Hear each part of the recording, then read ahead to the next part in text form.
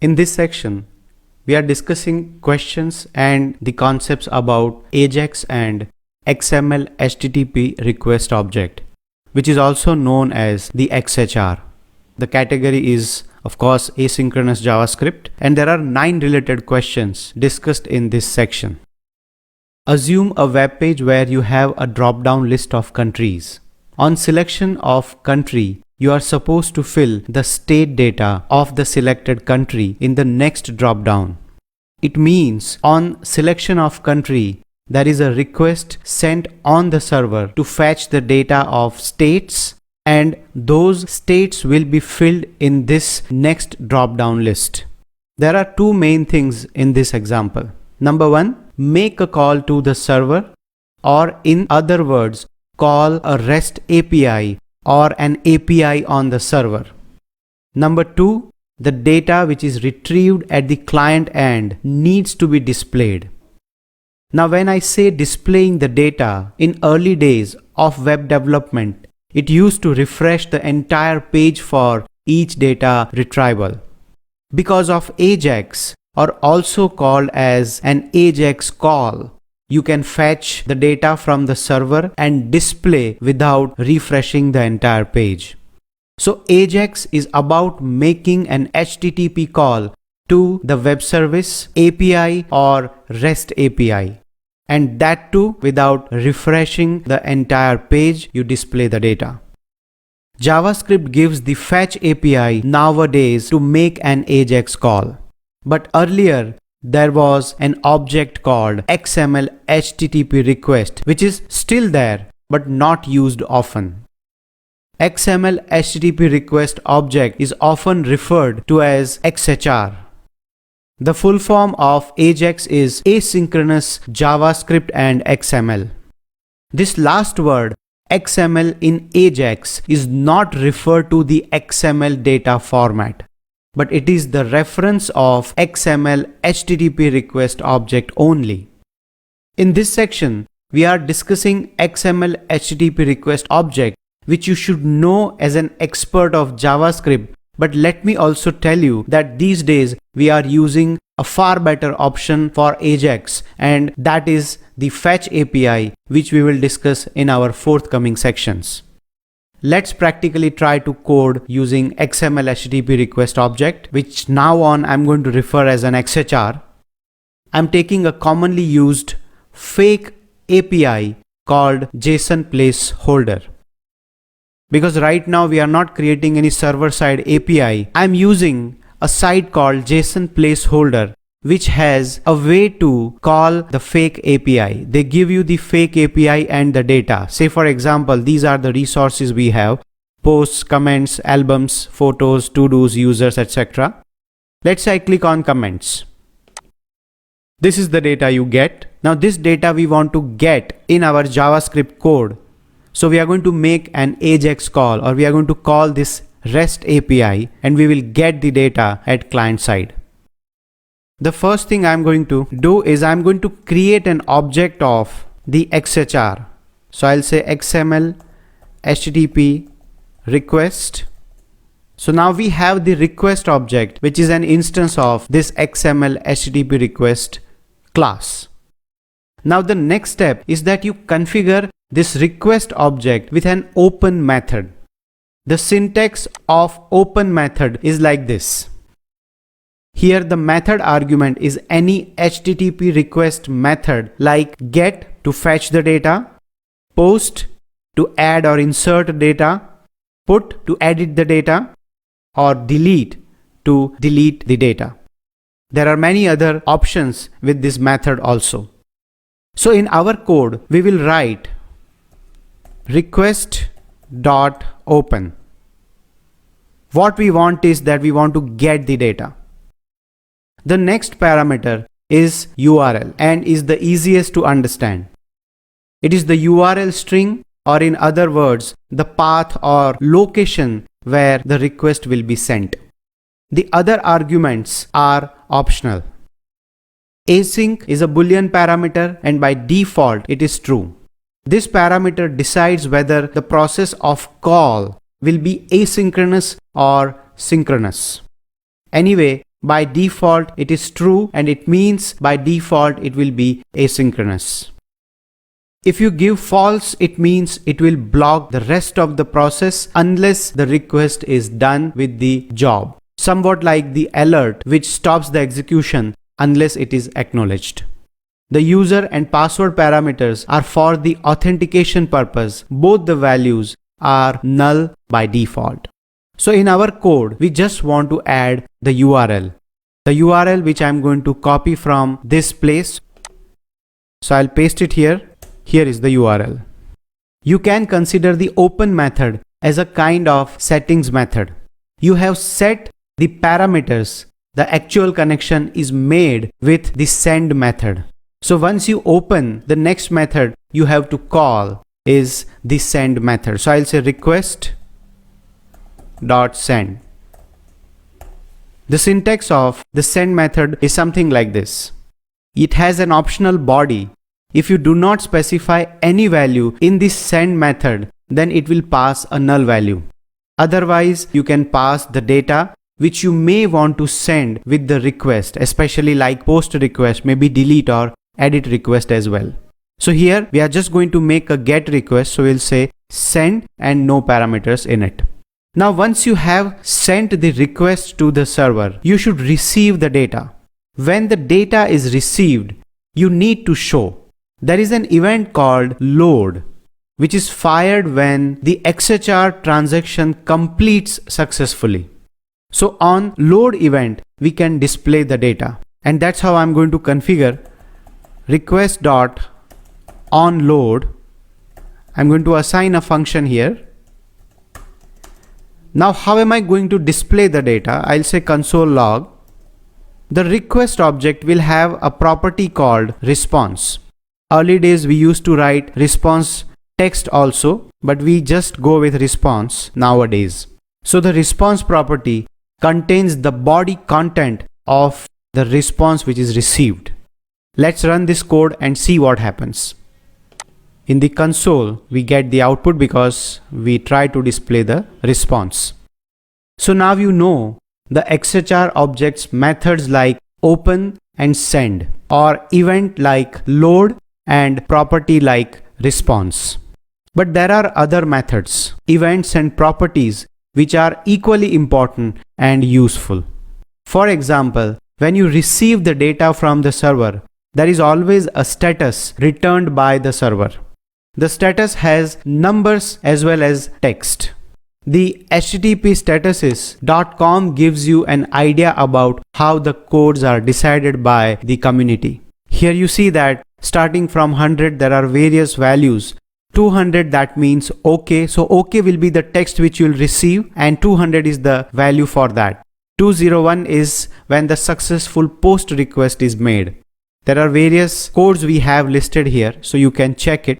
Right now our concern is that we want to see that what is the status when we receive this response. So along with this, I'm going to write console log request dot the status.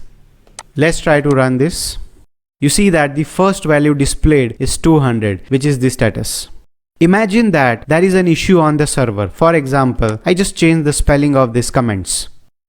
Now there is an invalid URL. So when I run this is going to give me 404, and it also displays a message itself. As long as the response is concerned, there is no value in it. In this case, there is a better way to deal with coding. So what we can do is we can put an if condition here. If the status is 200, that means it is successful. Then we display the response.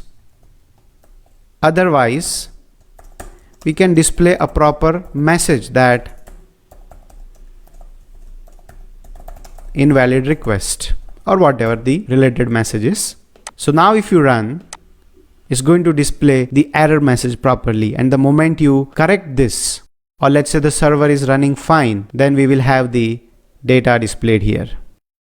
Now let's try one more property named response type. I will add request.response type is equal to, let's say, JSON. Now if we run, the data format, the response which we have here is automatically converted into the JSON format. By default, earlier it was text. But when you say response type is equal to JSON, it will take care, the response will automatically be a kind of object literal where you have the data here. If I expand this, you'll get the idea how the data is presented. So you see that array and the object literal data we have here. The values for response type other than JSON are, you can put simply blank or even text. It means the data is text only. If you say blob, it means it is binary data. And if you say document, that is for HTML or XML document type of data. This is how you use the response type property.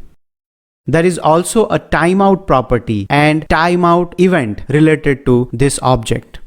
Let's try that also. For example, I'll just set a timeout saying request.timeout. I want that the call should wait for 2000 milliseconds, that is 2 seconds. If the call exceeds 2 seconds, then it should come out of it.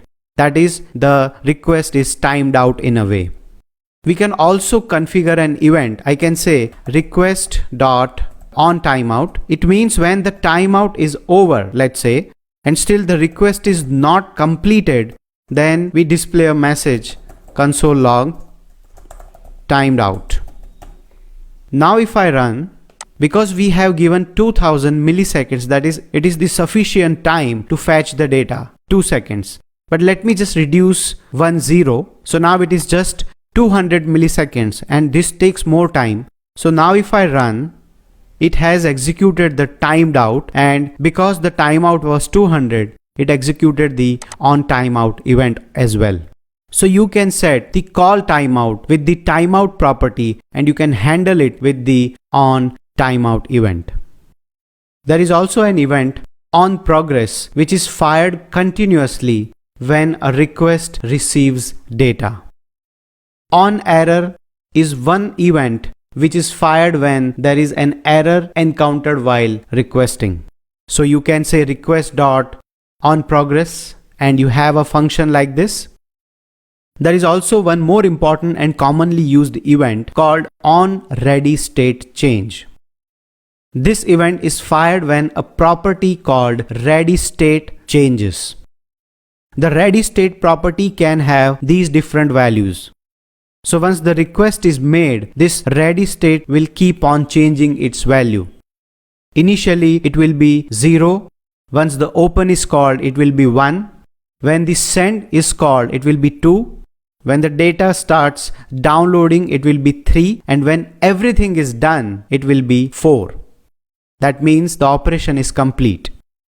Let's try to configure onReadyStateChange. So I'll just simply write onReadyStateChange event here. So right now what I will do, I will remove this timeout which we don't need. We don't even need this else condition for the moment, and this timeout is also not required. Now changing this to onReadyStateChange and adding request.readyState is equal to 4 and the status should be 200. Now if you run this, it has a validation that everything is done with a ready state and the status is 200. Then we display the value. In case if you want to abort the request, you can use the method request.abort. This is how you write it. The XHR object also allows you to set and get HTTP headers. The syntax is, you have the object name dot set request header is the method name where you can decide which header you want to set and what is the value. You have to call this method immediately after open and before the send to set the headers. To get the value of response headers, you can use get all response headers method and get response header method as well. Let's try first of all get all response header. So I'll say console log request dot get all response headers. Now this should display all the headers which is with the response. So let me run this. As you can see that cache control, content type expires, and pragma. Now, for example, let's take content type for the moment. Let's say you want to have just content type value. So you can say console log request.get response header. Which header you want? You want just content type, content dash type, right? So now let's run. You see this? It displays the only response header, that is the content type. So two methods you have to get the response headers. The XML HTTP request object is something which is used for very few things now, like uploading files and stuff like that. Otherwise, nowadays people are using the fetch API to make an AJAX call. If somebody is using the framework like React or Angular, Angular has HTTP client or HTTP services, and React can use fetch API, or also XCS can be used. So XML HTTP request object, that is XHR, is not often used nowadays, but still you should know how it works.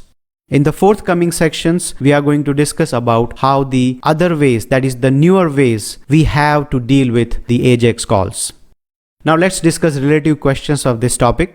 The first question is, what is an AJAX, or what is AJAX call? So now we know that when we say AJAX, that means we are making a call to the server to maybe fetch, delete, retrieve, or edit the data. We also make a HTTP call for files also. We may download or upload a file. We explicitly make call to the servers, that is HTTP calls with AJAX, and with the help of AJAX, the screen does not, the browser window does not refresh. Only the section of browser window gets refreshed. That is the use of AJAX. And to make an AJAX call, we use the XHR object, or even fetch API nowadays we use it. Second question, how will you set a timeout with an XHR request? So we have already seen that like this, we have the timeout property where we can decide number of milliseconds, and of course we can attach the event timeout, that is on timeout, along with the XHR object. The third question is, how can you set the data format for response? So we already have the response type property where we can decide whether the data is binary or even JSON or text. So the data format can be decided using the response type property. The fourth question is, explain ready state property of XHR. So we have already discussed about the ready state property. These are the different values, that is 0, 1, 2, 3 and 4. Depending on various stages of AJAX call, we see that the ready state property changes. The fifth question, explain the on ready state change event. So on ready state change event is fired when there is a new value in the ready state property.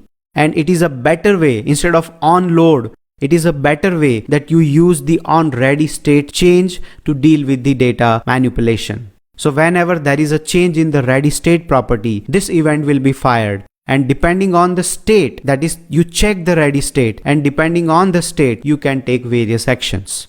Though we have just tried ready state 4 because we wanted to show the data when everything is done. But let's say you want to show a progress bar.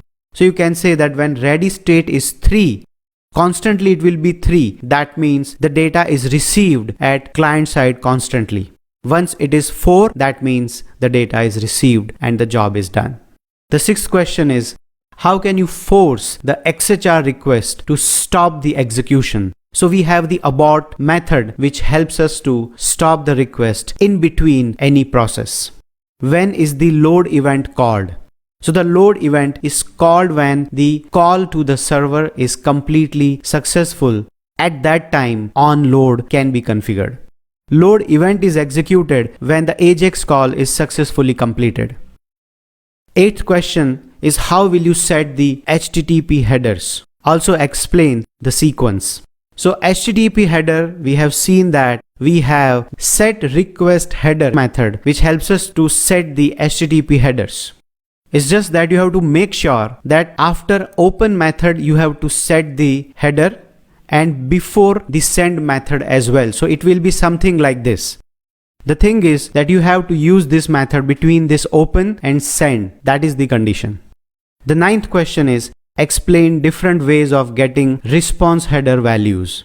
So this is how we have done this. The get all response headers will display all the headers. And if you want to get a specific header, then you can use the get response header like this.